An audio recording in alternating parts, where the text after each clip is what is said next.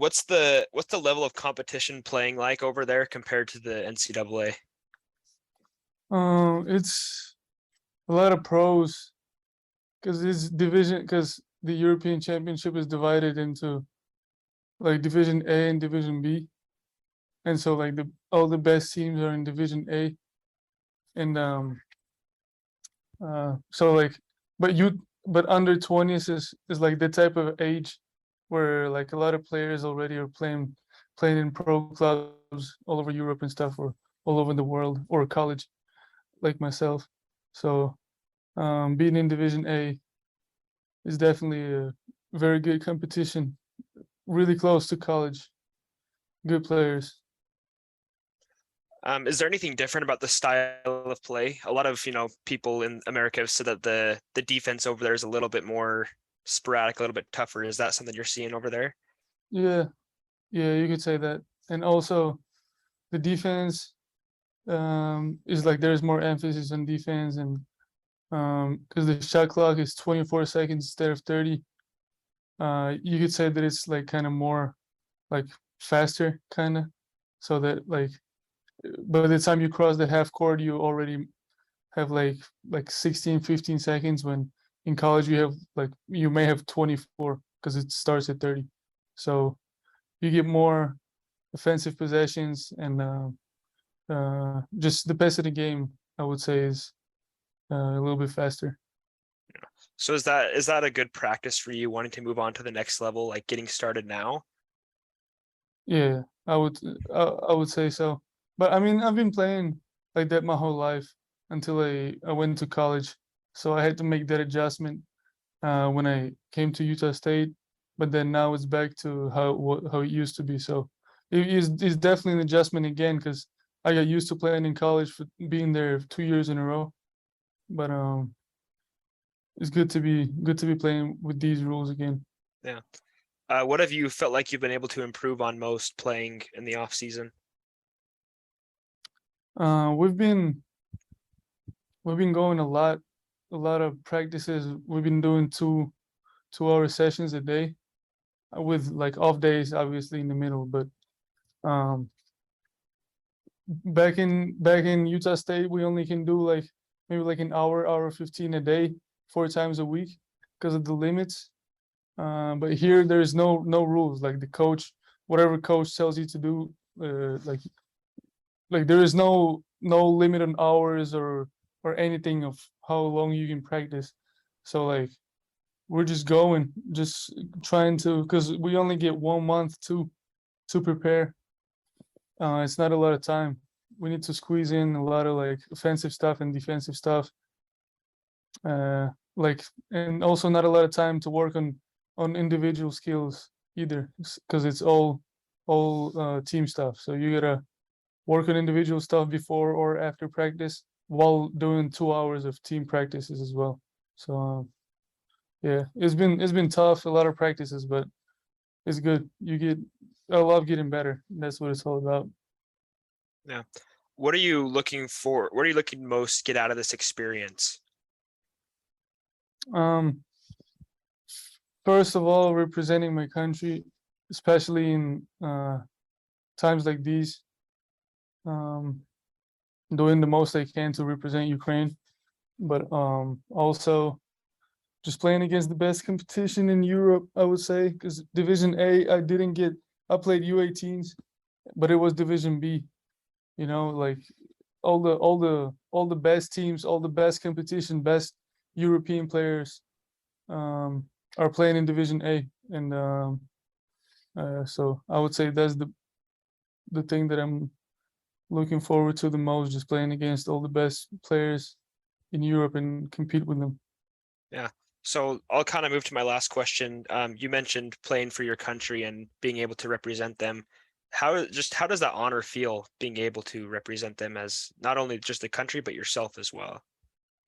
Yeah, it's a different type of feeling. You can't really explain, especially when before the game all the announcers call out the names, the starting lineups, and then the anthem is playing and you're singing along.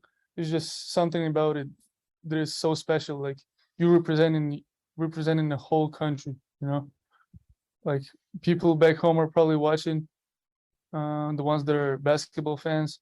So and like you're playing against another country, so it's like a battle of countries basically. Like obviously you're playing basketball, but like deep down inside is like you want to show that you're better, you know. Like is that I don't know how to explain it honestly. You gotta feel it yourself. But there's just something about it, about wearing that uh jersey with the name of your country on it. It's so special. Awesome. Thank you. Yeah, no problem. Max, I've got a few questions. Nathan, if you're good. Yeah. Yep. I'm done. I'll stay here then. Kind of. I was just curious. I mean, with Ukraine still in the middle of that, the Russian invasion, how was the Ukrainian national team made? Were there still people that like were in Ukraine that then had to go to Romania to train, or how did that work? Yeah. Well, we did in Italy 2 weeks in Italy first, and then we moved to Romania for the last 10 days or 2 weeks or whatever. But yeah, people that were in Ukraine, they got from like the Olympic Committee or whatever, Olympic Federation in Ukraine.